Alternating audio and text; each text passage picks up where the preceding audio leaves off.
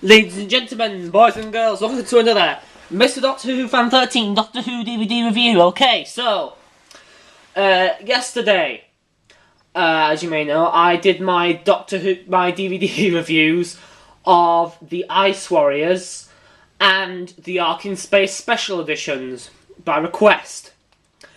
And I said at the end of the video, request a review, and already I've gotten requests for 2 DVDs, well, 1 single DVD in the box set. So 3 DVDs in all.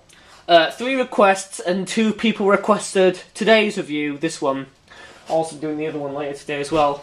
The 10th Planet. So, yeah, thanks for requesting, guys. This was requested by 2 YouTubers who go by, one of them goes by their real name. Or whatever name they decided to sign up with, I don't know.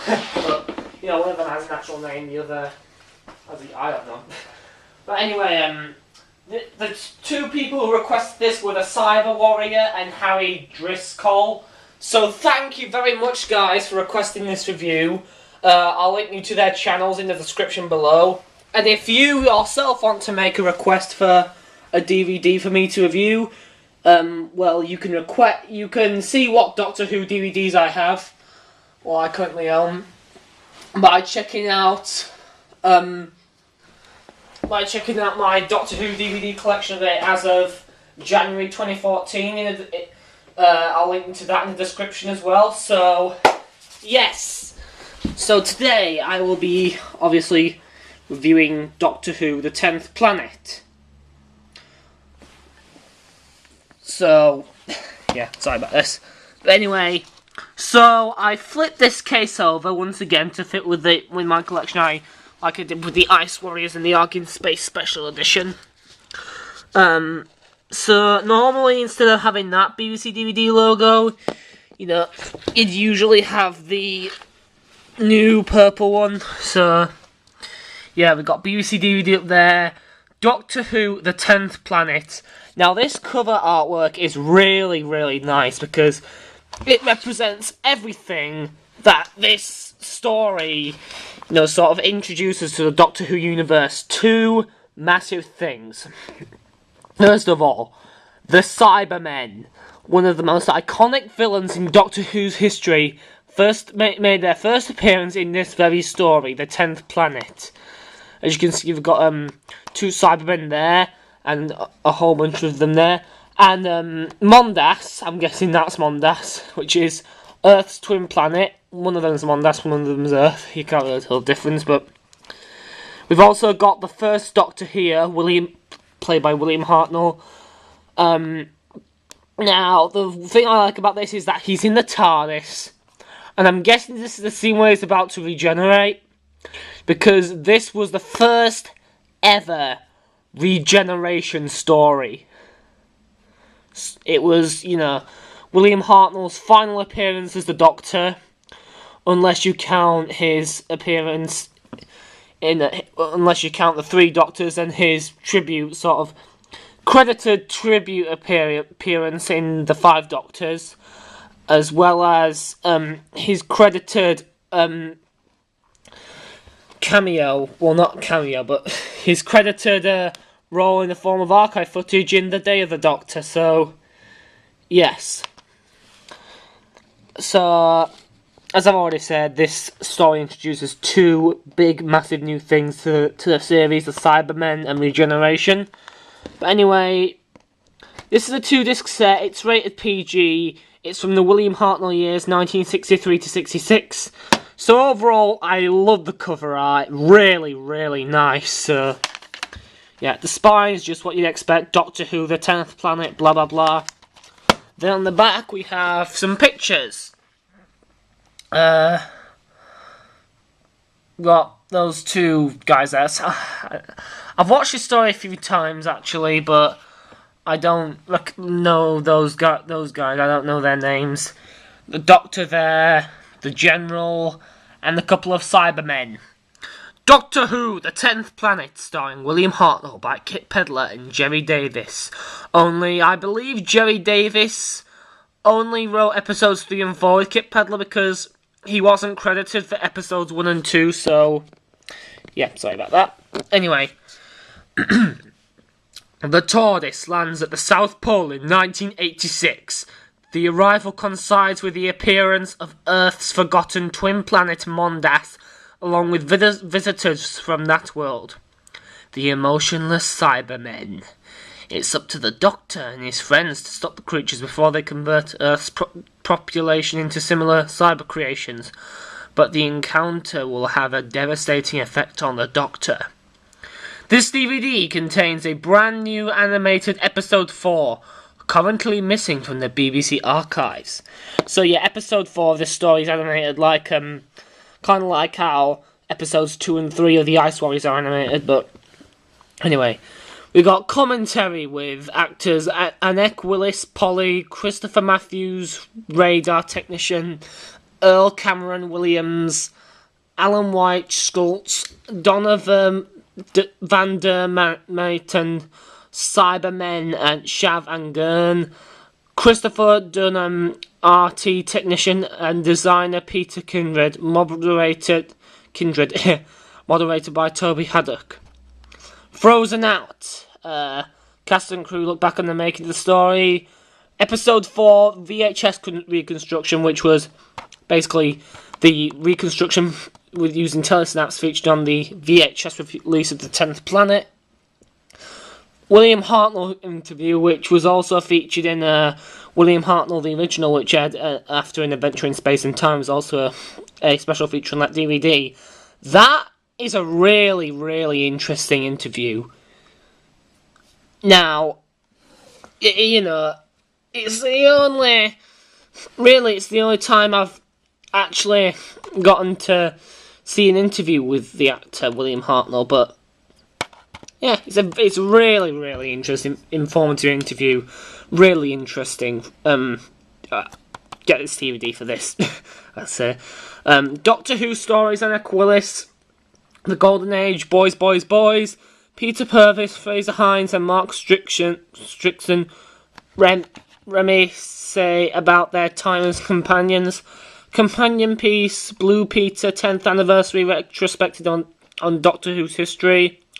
Radio Times listings, DVD-ROM, program subtitles, production information subtitles, photo gallery, coming soon trailer for the Moon Base, I believe. Yep, the Moon Base, which came out today, obviously, along with the Time of the Doctor, in the UK, that is. Digitally remastered picture and sound quality.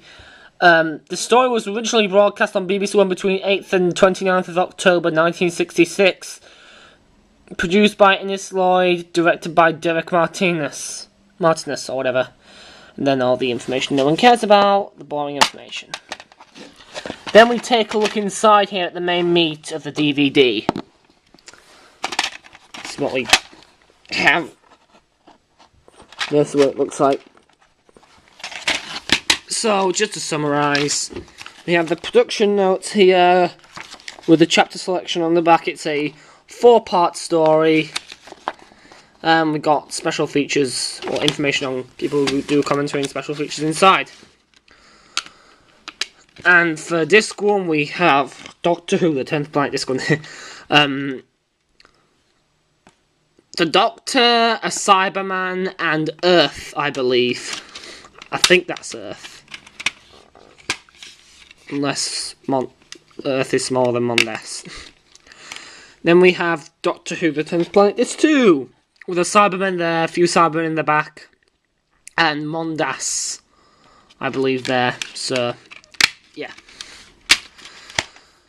So, what do I think of this DVD? The story itself, I like it, but at the same time, I'm going to get a lot of stick for saying this. I think the story itself is overhyped and overrated. I mean, it's not as bad as, overhyped as Asylum of the Daleks and that shit. It's still a good story to watch. But it's kind of disappointing because the Cybermen aren't in it that much. I mean, they appear at the very end of episode 1. They're in quite a bit of episode 2. They're not in much of episode 3. But I think they're in quite a bit of episode 4. They're not in that much of episodes 1 and 3, which I think is kind of disappointing because it's their first appearance and you'd think they play a bigger role. And also, it's a bit like Journey's End in the sense that it all takes place in one setting, you know. It's just the entire story takes place in one particular room throughout the majority of it. I mean, it's not Journey's End bad. It still manages to do a really good job at keeping the story going because there's plenty of action going on. But I don't think it's as good as people make it out to be. Although I do appreciate this story for the two big things it introduced earlier, which, as I said, were Cybermen and regeneration. Those are the two massive things I've got to give the story praise for. It's like the Time Warrior, which, you know, I didn't particularly like, but I appreciated it for introducing Sarah Jane Smith and the Sontarans. Only I think this story's better. It's a good story, I'd say. You know, it's watchable at least. It's not fantastic or spectacular or anything, but it's a good introduction to the Cybermen and a good, you know, close for the first Doctor, William Hartnell. Of course, the regeneration scene being the first, it isn't exactly, you know, as sad or emotional or over the top as, say, David Tennant's or Matt Smith's was. Only David Tennant's, I think, was over the top, but Matt Smith's wasn't. Because, you know, David Tennant was whiny, but Matt Smith was pleased to go anyway. That's a story for another time. The regeneration isn't exactly the strongest or most powerful.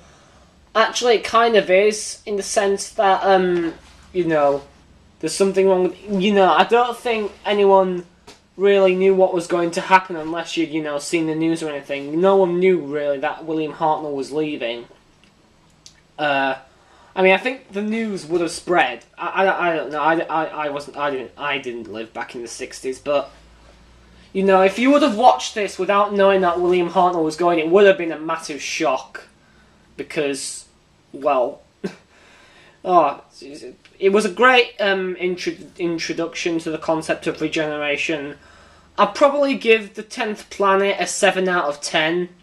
It's not fantastic, but it's not bad either. It's one of those stories that's, you know, a good watch. Very good. It's overhyped and overrated, but that doesn't detract from the fact that it is a good story that, you know, I think every Whovian... You know, if you're wanting to start out your DVD collection, I'd recommend this one. It is a recent release, so it's more expensive than other DVDs. It came out in, like, October, I believe, of 2013. So, it's going to be more expensive than others like the Ice Warriors and the Ark in Space Special Editions, which were all 2013 DVD releases, but still, I would recommend it if you see it. If you manage to find it, I'd recommend picking it up. So, it's a really good story, I'd say. You know, William Hartnell gives a great performance for his final episodes. And the supporting cast is real. There's some great acting in this story. Even if some of the American accents are false. Like, I say they just appeared. Never been there before. But anyway, yeah. Some pretty bad voice acting in this story, especially in episode 1, but hey, it's enjoyable at least. So that's going to be that for this DVD review, guys, and next time I shall be doing another requested review, Peladon Tales, the Peladon Tales box set, and, you know, like I said, if you want to request a review, you can just post a comment. There'll be a link in the description below for my Doctor Who DVD collection update as of January 2014, so... Mr. Doctor Who Fan 13 saying word out.